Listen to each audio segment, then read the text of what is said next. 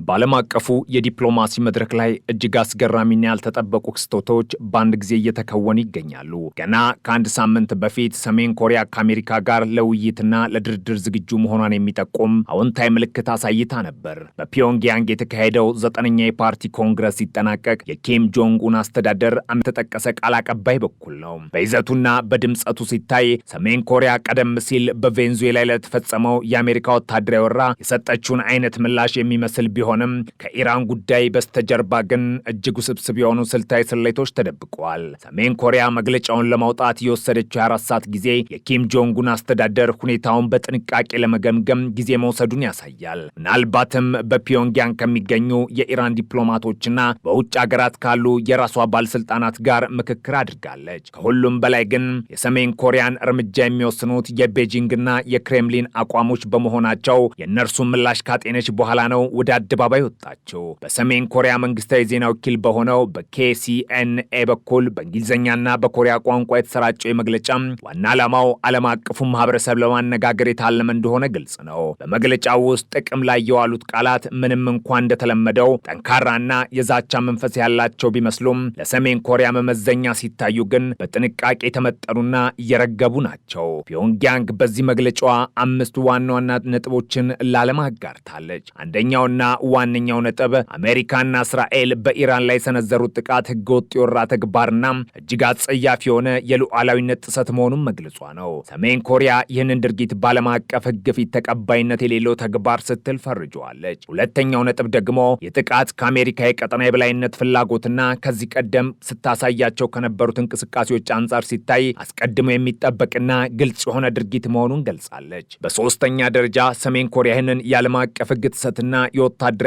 አላግባብ አጠቃቀም በጽኑ እንደምታወግዝ አስታውቃለች። አራተኛው ነጥብ ደግሞ ባለፈው 1 ዓመት ውስጥ አሜሪካ የዓለምን ሰላምና መረጋጋት ለማናጋት እያከናወነች ያለችው ሚና እጅግ አጥፊ የሆነ መምጣቱን መተቸቷ ነው። በቀጠና ያሉ የሚመለከታቸውና ፍላጎት ያላቸው አካላት ትክክለኛውን ወራሪ ለይተው እንዲያውቁና በመካከለኛው ምስራቅ ሰላምና መረጋጋትን ለመመለስ ኃላፊነታቸውን እንዲወጡ ጥሪ አቅርባለች። እዚህ ጋር ልብ ሊባል የሚገባው ጉዳይ ሰሜን ኮሪያ ምንም እንኳን አሜሪካና እስራኤልን ሀፍረት የሌላቸውና ወሮበላ መሰል ድርጊት ፈጻሚዎች ስትል ብትወነጀልም ራሷን ግን በቀጥታ ወደዚህ ጦርነት ውስጥ የማስገባት ፍላጎት እንደሌላት ማሳየቷ ነው። መግለጫ የተሰጠው ዝቅተኛ በሆነ የባለስልጣናት ደረጃ መሆኑ ፒዮንግያንግ ወደፊት ሁኔታው እየታየ ይበልጥ ጠንካራ መግለጫዎችን ለመስጠት የራሷን የዲፕሎማሲያዊ በር ክፍት ማድረጓን ያመላክታል። ሰሜን ኮሪያ በኢራን ጉዳይ ለያዘችው አቋም ለራሷ ካላት ስልታዊ ጥቅምና አደጋ አንጻር የተቀረጸ ነው። በወረቀት ላይ ሲታይ የረጅም ጊዜ አጋሯ የሆነችው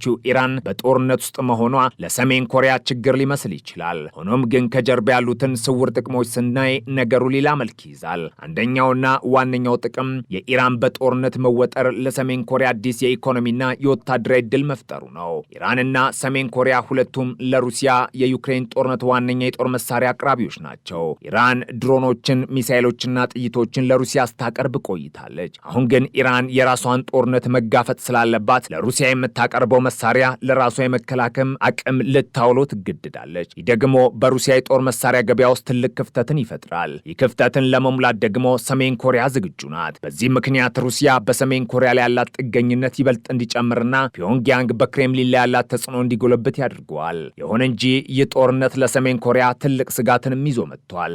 ሩሲያ ለኢራን ያላት ወታደራዊ ታማኝነት አጠራጣሪ መሆኑ ለኪም ጆንግ ኡን ትልቅ ማስጠንቀቂያ ነው። ኢራንና ሰሜን ኮሪያ ሁለቱም ከሩሲያ ጋር ስትራቴጂካዊ የጋራ መከላከያ ውል አላቸው። ሰሜን ኮሪያ እንደ አውሮፓውያን አቆጣጠር በሰኔ 2024 ከሩሲያ ጋር ሁሉን አቀፍ ስልታዊ አጋርነት ስምምነት ስትፈራረም ኢራንን በተመሳሳይ እንደ አውሮፓውያን አቆጣጠር በጥር 2025 የራሷን ውል አጽድቃለች። ሆኖም አሜሪካና እስራኤል በኢራን ላይ ጥቃት ሲሰነዝሩ ሩሲያ ከዲፕሎማሲያዊ ውግዘት ባለፈ ለኢራን የሰጠችው ወታደራዊ ድጋፍ አለመኖሩ ሰሜን ኮሪያ በአጋርነቱ ላይ እንድትጠራጠር አድርጓታል።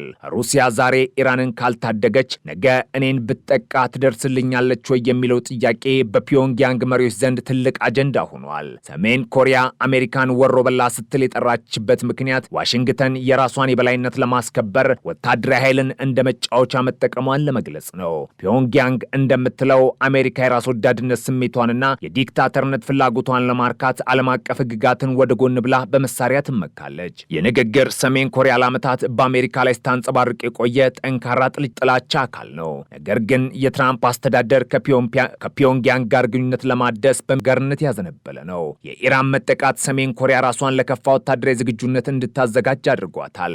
ኪም ጆን በኢራን ጦርነት ምክንያት ትልቅ መሰናክል ገጥሞታል። ሰሜን ኮሪያ ከአሜሪካ ጋር በምትደራደርበት ወቅት የኢራንን ጉዳይ እንደ መደራደሪያ ካርድ ልትጠቀምበት ትችላለች። አሜሪካ በሁለት ግንባር ጦርነት ውስጥ መግባት እንደማትፈልግ ስለምታውቅ ኪም ጆንግ ኡን ከዋሽንግተን የሚፈልጉትን ጥቅም ለማግኘት ይህንን አጋጣሚ ሊጠቀሙበት ይችላሉ። የዓለም ፖለቲካ ልክ እንደ ቼዝ ጨዋታ እጅግ ውስብስብ በሆኑ ስልቶች ተተብትቧል።